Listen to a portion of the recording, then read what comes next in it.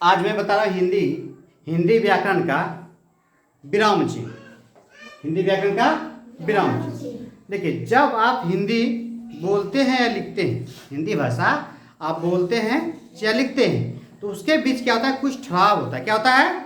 कुछ रुकना पड़ता है। और बीच में आप देखते हैं क्या, विभिन्न प्रकार का चिन्ह का प्रयोग होता है ना। कहीं फुल स्टॉप है, कभी क्वेश्चन मार्क है ना। तो वो जो होता है, जो शब्द लिखते या बोलते समय हम कुछ क्षणों के लिए जो रुकते हैं, उस वहीं पे वो उसको बोलते हैं विराम चिन्ह। क्या बोलते हैं? विराम। और उसी जगह विराम चिन्ह का प्रयोग होता है। समझ गए? हम तुमको लिखा है, वाक्यों को लिखते तथा बोलते समय एक ही गति से ना लिख सकते ना बोल सकते हैं। जब हम भाषा को बोलते हैं लिखते हैं तो एक ही गति से ना तो हम बोल सकते हैं ना लिख सकते हैं। वाक्यों के बीच में भी कहीं कहीं कुछ क्षणों के लिए रुकते हैं।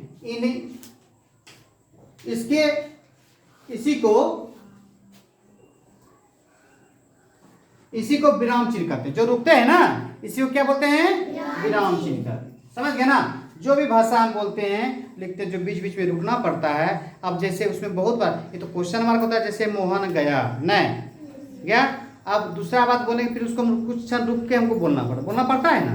अब देखिए, चलिए भाई, यहाँ देखिए, कहता है विराम चिन्ह के प्रकार। आपको इसको ध्यान में यहाँ से देखना है, विराम चिन्ह के प्रकार। कहता है कि अल्प विराम। क्या है? अल्प विराम। अल्प विराम का इस तरह का चिन्ह होता है, देख ध्यान से देखना है। अल्प विराम कहता है समान महत्व वाले शब्दों के साथ, समान महत्व वाले शब्दों के साथ आने पर उन्हें अलग करने के लिए इसका प्रयोग होता है। समान अर्थ, जब उसके समान अर्थ जब आ जाता है, उसे अलग करने के लिए अल्प विराम चिन्ह का प्रयोग करते हैं। जैसे श्याम, राम श्याम, राम श्याम, देखो अल्प विराम लगा ना, राम श्याम। और मोहन बाजार गए, नहीं, या एक जैसे राम श्याम एक जैसा शब्द होता है, इसीलिए दोनों में अल्प विराम देते हैं। ठीक है, एक नंबर हो गया। अब कहता है दूसरा में अर्ध विराम। अर्ध विराम का अल्प संख्या जिस तरह पर उसके ऊपर में क्या एक बिंदा रहता है। क्या रहता है? बिंदा। उसको बोलेंगे अल्प विराम। कहता है जहां अल्प विराम से अधिक रुकना पड़े, अल्प विराम से जहां अधिक रुकना पड़े वहां अर्ध विराम चिन्ह लगता है। अर्ध विराम चिन्ह लगता है। जैसे सूर्य निकला, पक्षी चहचहाने लगे। देखो यहाँ पे तो क्या अल्प विराम लगा, थोड़ा सा। सूर्य निकला, पक्षी चहचहाने, तो कम थोड़ा सा रुकना पड़ा। और यहाँ क्या है? और यहाँ पक्षी चहचहाने लगे, यहाँ पे अल्प विराम से ज्यादा रुकना पड़ा है ना, इसलिए अल्प विराम का चिन्ह लगा। किसान भी हल लेकर चले गए। यहाँ फुल स्टॉप या क्वेश्चन पूरा हो गया। ठीक है, इस तरह याद करना। कहता है अपूर्ण विराम का दो बिंदा और इस तरह बीच में एक लाइनिंग होता है। ठीक है, दो, ये जो है ये दो बिंदा बीच में लाइनिंग होता है। ठीक है, इस तरह, बाद में फिर उसके अलग कर देंगे। अपूर्ण विराम कहता है जहां किसी बात का उत्तर या उदाहरण अगली पंक्ति में दिया जाए।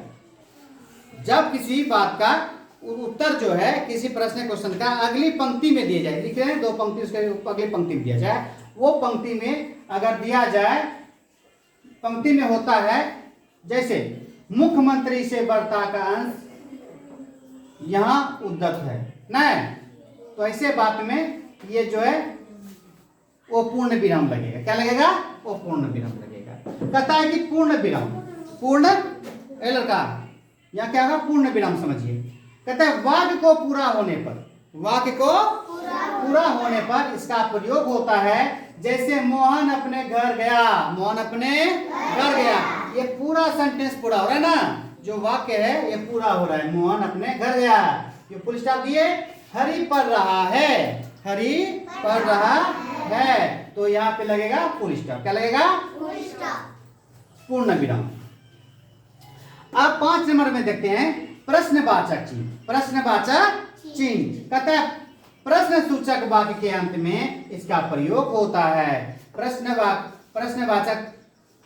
सूचक वाक्य के अंत में इसका प्रयोग होता है। जैसे आप किसी प्रश्न किसी से पूछ रहे हैं ना, जो भी प्रश्न है, आप कहाँ गए थे, ना आप कब जाइएगा, आप कौन सा किताब पढ़ रहे हैं, ना आपके पास कितने शर्ट हैं, आपके पास कितने बुक हैं, आपके पास कितने खिलौने हैं, आपके पास कितने पेन हैं। इस सब के आगे क्या लग जाएगा, क्वेश्चन मार्क लग जाएगा, प्रश्नवाचक चिन्ह लगेगा। समझ गए ना, प्रश्नवाचक चिन्ह लगेगा। जैसे आप किस समय आए, ना यानी आप वो उधर से बोलेगा ना, आप सवाल जब प्रश्न ऐसे अगर प्रश्न वाली बात होगा तो ये प्रश्नवाचक चिन्ह का प्रयोग करना है। समझ गए। अब उसको पूर्ण विराम नहीं दे सकते हैं। कितना बचा कि लिखा, कोई सब सोचता है कि पूरा लाइन लिखे, अब ये लाइन पूरा तो पूर्ण विराम ना है। अधिकतर तुम लोग चिन्ह देने जानते हो, पर ऐसा गलती नहीं करना है, आपको नियम से याद करके इसके साथ चलना है। ठीक है। कहता है निर्देशक, निर्देशक कहता है किसी बात का उत्तर या उदाहरण आगे दिया जाना हो तब इसका प्रयोग होता है। जैसे हम निर्देशक यहाँ लिखे हैं ना, देखिए हम यहाँ निर्देशक लिखे और निर्देशक के ही बारे में लिख रहे हैं ना, तो ये लंबा जैसा लाइन दे देते हैं ना, यही निर्देशक चिन्ह होता है। समझिए ना, जब कोई शब्द लिखे उसके बारे में आगे लिखना हो, उसी जस्ट इसी के साथ पहले वही इसी के बारे में लिखना रहे। देखो हम इन्हें निर्देशक लाइन देने के बाद ही लिखते हैं ना, हाँ निर्देशक लाइन देके फिर इसी के बारे में, जैसे प्रश्नवाचक चिन्ह लिखिए, प्रश्नवाचक चिन्ह लिखे ना इसके बारे में, तो निर्देशक चिन्ह क्या करता है कि जस्ट उसी के बारे में आप अगर आगे लिख रहे हैं तो निर्देशक चिन्हों का प्रयोग होगा। किसी बात का उत्तर या उदाहरण आगे दिया जाना हो तब इसका प्रयोग होता है। जैसे मोहन बोला मैं अभी आया, नहीं इसका उत्तर तुरंत तुरंत उत्तर है, नहीं तुरंत उत्तर आ रहा है ना, इसका उत्तर तुरंत आ रहा है। मोहन बोला, क्या बोला, नहीं निर्देशक शब्द मैं अभी आया, मैं अभी आया। समझ गए, याद के दिखाई पड़ रहा है।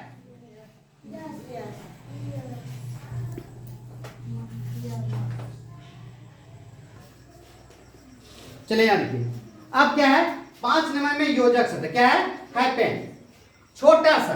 निर्देशक का तो बड़ा लाइन देते था ना, निर्देशक का बड़ा लाइन देते थे, पर योजक का क्या है छोटा सा लाइन दे, क्या देंगे, कहता है 2 शब्दों को जोड़ने के लिए इसका प्रयोग किया जाता है। निर्देशक आयोजक ना, आयोजक का जो हैपन का होता है 2 शब्दों को जोड़ने के लिए प्रयोग किया जाता है, 2 शब्दों को जोड़ने के लिए इसका प्रयोग किया जाता है। जैसे वह दिन रात जो आज कल 2 शब्दों को जोड़, समझ गए ना, इस तरह प्रयोग है। कहता है कोष्टक किस तरह होता है, कोष्टक नहीं छोटी ब्रैकेट बोलते हैं ना, इसका कोष्टक। कहता है कि किसी शब्द के अर्थ को लिखने के लिए इसका प्रयोग होता है। जैसे शीत ठंड लगने से कई व्यक्ति की मृत्यु हुई। शीत और ठंड ना, ठंड के बाद शीत ठंड लगने से मर गई ना, शीत की ठंड लगने से मृत्यु हो गई ना, तो इसका अगर इसका ये लिखिए, इसका घेरे पर इसी के बारे में कितना लंबा लाइन लिखना पड़ता है ना। अगर इस तरह का शब्द होता है तो आपको कोष्टक की प्रयोग करना पड़ता है। ठीक है, व्याकरण क्या है इसको ध्यान से समझिए। ठीक है, और व्याकरण में तो आपका 10th क्लास में इससे बहुत सवाल पूछा जाता है व्याकरण से, समझ गए ना, इसको बढ़िया से ध्यान से पढ़िए। याद रखिए, यह आपको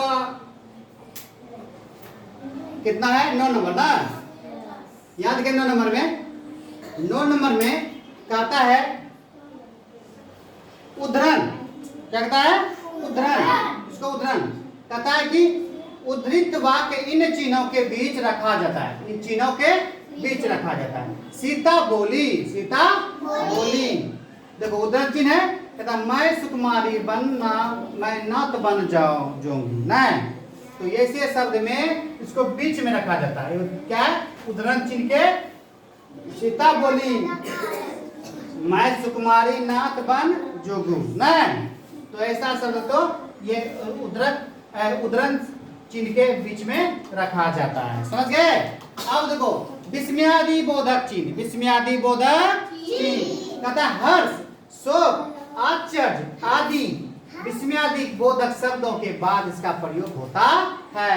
कहेगा हाय, देखो हाय दुख वाली बात बोला ना, हाय तो किसके लगा विस्मयादि बोधक, उसने मार डाला, हाय हाय उसने मार डाला ना। आहा आहा देखो विस्मयादी बोतल लगाए, कितना सुंदर दृश्य है। आहा कितना सुंदर दृश्य है ना। तो इसे में विस्मयादी बोधक चिन्ह लगते हैं। अब देखिए लगाव चिन्ह क्या होता है। लगाव चिन्ह कहता है जैसे डॉक्टर के लिए, डॉक्टर के लिए इसका 60% का देता है, बीच में सुना देना। ये बोलते हैं लगाव चिन्ह। यह लिखने का संक्षिप्त रूप है, लिखने का ना संक्षिप्त रूप है। डॉक्टर, क्षेत्रफल, क्षेत्र देखे 0 ना, आयत देखे ना, लो देखे सिर्फ दे देते हैं क्या, बिंदा देते हैं, हो गया। लंबाई, चौड़ाई, चौका लिखिए देते हैं चौड़ाई ना, तो वो 60 नाम लिखा, संक्षिप्त रूप लिखा जाता है। नोट, इसे विराम चिन्ह नहीं कहा जाएगा, मगर जैसे इसको एक स्थिर था, ये इसको विराम चिन्ह नहीं कहेंगे। तो आपका विराम चिन्ह के जितना है, आपको 11 पॉइंट हम लिखा दिए। अब इसको जो है आप लोग बढ़िया से याद कीजिए। अगर आप लोग बढ़िया से 2 घंटा मेहनत कर लिए घर में ना, आपके लाइफ भर बोलते हैं कभी दिक्कत विराम चिन्ह में नहीं होगा। और आपके एग्जाम में जहाँ भी कभी पूछा जाए या आपको लिखने या बोलने वक्त जहाँ भी प्रयोग हो, आप आसानी से कर लेंगे। तो पढ़ाई आपका तभी होगा जब आप में मेहनत करेंगे तब। और अब वीडियो जब अगर अच्छा लगे तो कमेंट और सब्सक्राइब करना एकदम नहीं भूलना है, ठीक है। इससे पता चलता है कि आपने वीडियो देखा और आपको कैसा लगा, ठीक है।